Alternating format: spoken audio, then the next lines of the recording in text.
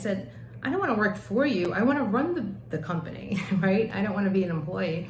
And I'll just be a pain in your butt. Like, you actually don't want me because I question things.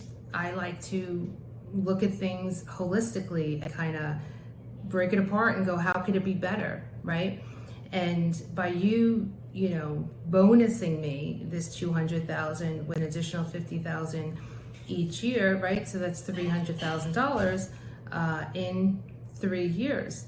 Well, if my volume doesn't actually change from where it's been, and of course it has, it's grown, but if it hadn't, well, you're just loaning me my money because it's already costing me $100,000 a year to be the brokerage that I had left. And on a 90-10 split, that's actually 2% higher than where I had left. It's automatically going to cost me $100,000 a year to be here, and more, because there's no cap on the split.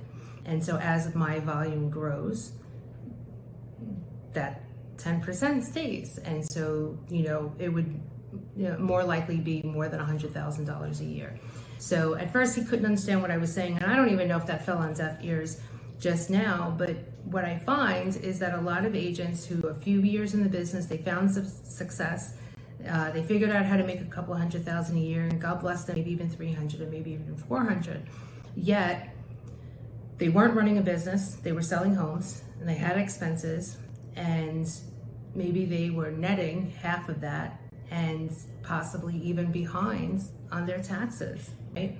I'd spoken with an agent who was making about $400,000 or $500,000 a year, and he actually chose to go to that brokerage that I'm talking about. And his reason why, he was 2 years behind on his taxes. He needed that upfront bonus, and no shame, right? I don't judge him, and I understand. You've got to do what's best for you and your family.